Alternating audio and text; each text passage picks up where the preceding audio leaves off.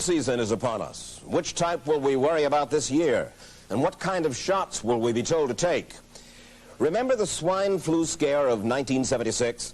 That was the year the U.S. government told us all that swine flu could turn out to be a killer that could spread across the nation.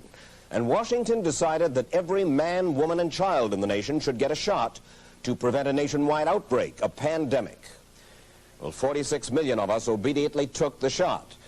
And now 4,000 Americans are claiming damages from Uncle Sam amounting to $3.5 billion because of what happened when they took that shot. By far the greatest number of the claims, 2/3 of them, are for neurological damage or even death, allegedly triggered by the flu shot. We pick up the story back in 1976 when the threat posed by the swine flu virus seemed very real indeed. This virus was the cause of a pandemic in 1918 and 1919 that resulted in over 500,000 deaths in the United States, as well as 20 million deaths around the world. See how easy it is to... Thus, the U.S. government's publicity machine was cranked into action to urge all America to protect itself against the swine flu menace. Influenza is serious business. During major flu epidemics, millions of people are sick and thousands die. Well, this year you can get protection. The vaccines are safe, easy to take, and they can protect you against flu. So roll up your sleeve. Protect yourself. One of those who did roll up her sleeve was Judy Roberts. She was perfectly healthy, an active woman, when in November of 1976, she took her shot. 2 weeks later, she says, she began to feel a numbness starting up her legs. I joked about it at that time. I said I'll be numb to the knees by Friday if this keeps up. By the following week, I was totally paralyzed. So completely paralyzed, in fact, that they had to operate on her to enable her to breathe. And for 6 months, Judy Roberts was a quadriplegic. The diagnosis? A neurological disorder called Guillain-Barré syndrome, GBS for short. These neurological diseases are little understood. They affect people in different ways. As you can see in these home movies taken by a friend, Judy Roberts' paralysis confined her mostly to a wheelchair for over a year. But this disease can even kill. Indeed, there are 300 claims now pending from the families of GBS victims who died, allegedly as a result of the swine flu shot. In other GBS victims, the crippling effects diminish and all but disappear. But for Judy Roberts, progress back to good health has been painful and partial. Now, I noticed that your smile, Judy, is a little bit constricted. Yes, it is. Is it different from what it used to be? Very different. I have a greatly decreased mobility in my lips. And I can't drink through a straw on the right-hand side. I can't blow out birthday candles. I don't whistle anymore, for which my husband is grateful. It may be a little difficult for you to answer this question, but have you recovered as much as you are going to recover? Yes, this is it. So you will now have a legacy of braces on your legs for the rest of your life? Yes, the weakness in my hands will stay and the leg braces will stay. So Judy Roberts and her husband have filed a claim against the U.S. government. They're asking $12 million, though they don't expect to get nearly that much. Judy, why did you take the flu shot? I'd never taken any other flu shots, but I felt like this was going to be a major epidemic. And the only way to prevent a major epidemic of a really deadly variety of flu was for everybody to be immunized. Where did this so-called deadly variety of flu, where did it first hit back in 1976? It began right here at Fort Dix in New Jersey in January of that year when a number of recruits began to complain of respiratory ailments, something like the common cold. An Army doctor here sent samples of their throat cultures to the New Jersey Public Health Lab to find out just what kind of bug was going around here. One of those samples was from a Private David Lewis who had left his sickbed to go on a forced march. Private Lewis had collapsed on that march, and his sergeant had revived him by mouth-to-mouth resuscitation. But the sergeant showed no signs of illness. A few days later, Private Lewis died. If this disease is so potentially fatal that it's going to kill a young, healthy man, a middle-aged school teacher doesn't have a prayer. The New Jersey lab identified most of those soldiers' throat cultures as the normal kind of flu virus going around that year, but they could not make out what kind of virus was in the culture from the dead soldier and from 4 others who were sick. So they sent those cultures to the Federal Center for Disease Control in Atlanta, Georgia for further study. A few days later, they got the verdict: swine flu. But that much publicized outbreak of swine flu at Fort Dix involved only Private Lewis, who died, and those 4 other soldiers who recovered completely without the swine flu shot. If I had known at that time that the boy had been in a sick bed, got up, went out on a forced march, and then collapsed and died, I would never have taken the shot. The rationale for our recommendation was not on the basis of the death of a single individual, but it was on the basis that when we do see a change in the characteristics of the influenza virus, it is a massive public health problem in this country. Dr. David Senser, then head of the CDC, the Center for Disease Control in Atlanta, is now in private industry. He devised the swine flu program, and he pushed it. You began to give flu shots to the American people in October of '76. October 1st. By that time, how many cases of swine flu around the world had been reported? There had been several reported, but none confirmed. There had been cases in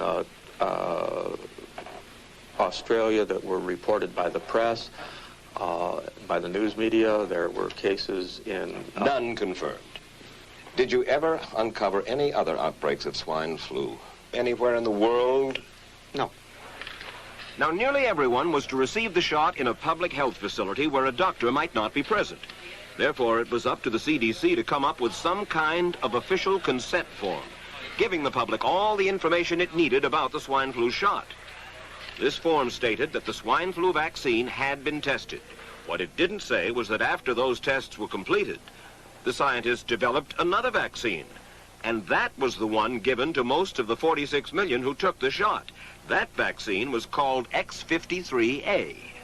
Was X53A ever field tested? I can't say. I would have to... It wasn't. I don't know. Well, I would think that you're in charge of the program. I would have to check the records. I haven't looked at this in some time. The information form, the consent form, was also supposed to warn people about any risks of serious complications following the shot. But did it? No, I had never heard of any reactions other than a sore arm, fever, this sort of thing. Judy Roberts' husband, Gene, also took the shot. Yes, I looked at that document. I signed it. Nothing on there said I was going to have a heart attack or I'd get Guillain-Barré, which I never heard of. What if people from the government, from the Center for Disease Control, what if they had indeed known about it? What would be your feeling? They should have told us.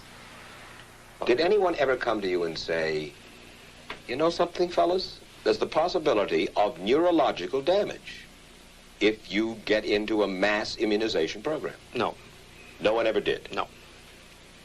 Do you know Michael Hatwick? Yes. Mm-hmm. Dr. Michael Hatwick directed the surveillance team for the swine flu program at the CDC.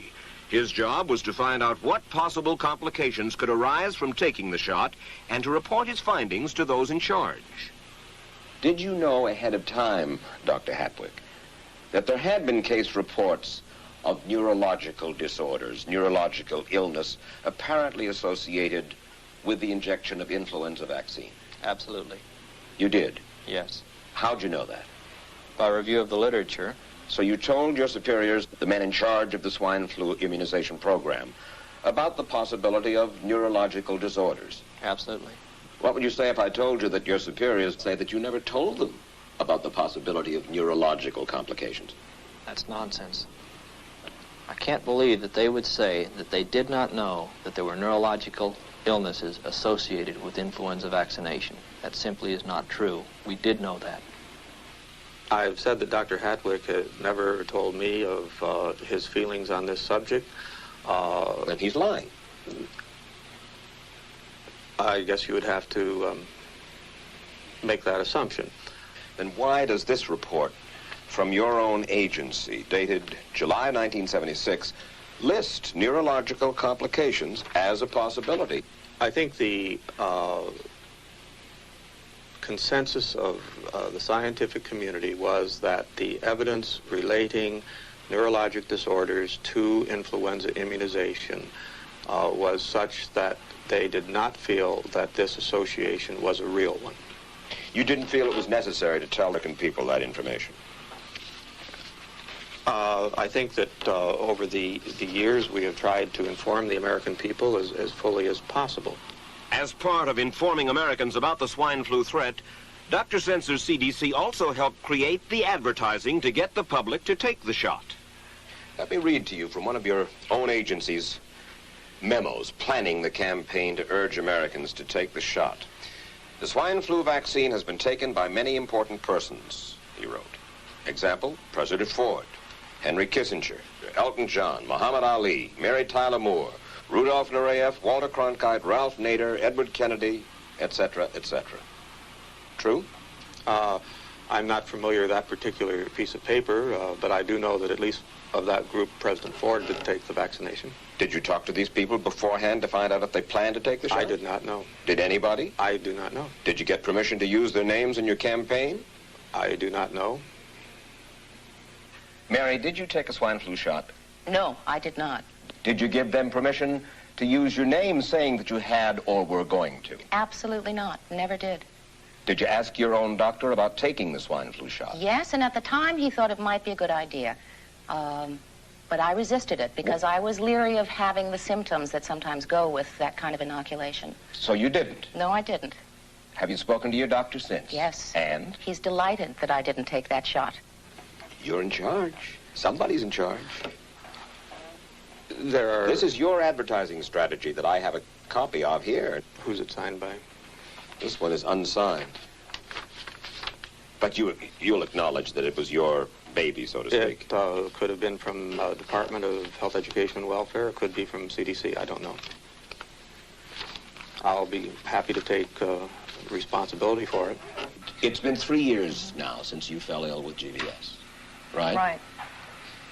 Has the federal government, in your estimation, played fair with you about your claim? No, I don't think so. It seems to be dragging on and on and on, and really no end in sight that I can see at this point. With respect to the cases of Guillain-Barré, allegedly... Former Secretary of HEW Joseph Califano, too, was disturbed that there was no end in sight. So a year and a half ago, he promised that Uncle Sam would cut the bureaucratic red tape for victims suffering from GBS and would pay up quickly. We shouldn't hold them to an impossible or too difficult standard of proving that they were hurt. Even if we pay a few people a few $1,000s that might not have deserved it, I think justice requires that we promptly pay those people who do deserve it. Who's making the decision to be so hard-nosed about settling? Well, I assume the Justice Department is. Griffin Bell before he left? Well, the Justice Department agreed to the statement I made. It was cleared word for word with the lawyers in the Justice Department by my HEW lawyers. And that statement said, in effect... That statement said that we should pay Guillain-Barré claims without regard to whether the federal government was negligent if they resulted from the swine flu shot. I think the government knows it's wrong. If it drags out long enough, that people will just give up. Let it go. I am a little more adamant in my thoughts than my wife is, because I told Judy to take the shot. She wasn't going to take it, and she never had shots. And I'm mad with my government because they knew the facts, but they didn't release those facts because if they had released them, the people wouldn't have taken it. And they can come out tomorrow and tell me there's going to be an epidemic, and they can drop off like flies next to me. I will not take another shot that my government tells me to take. Meantime, Judy Roberts and some 4,000 others like her are still waiting for their day in court.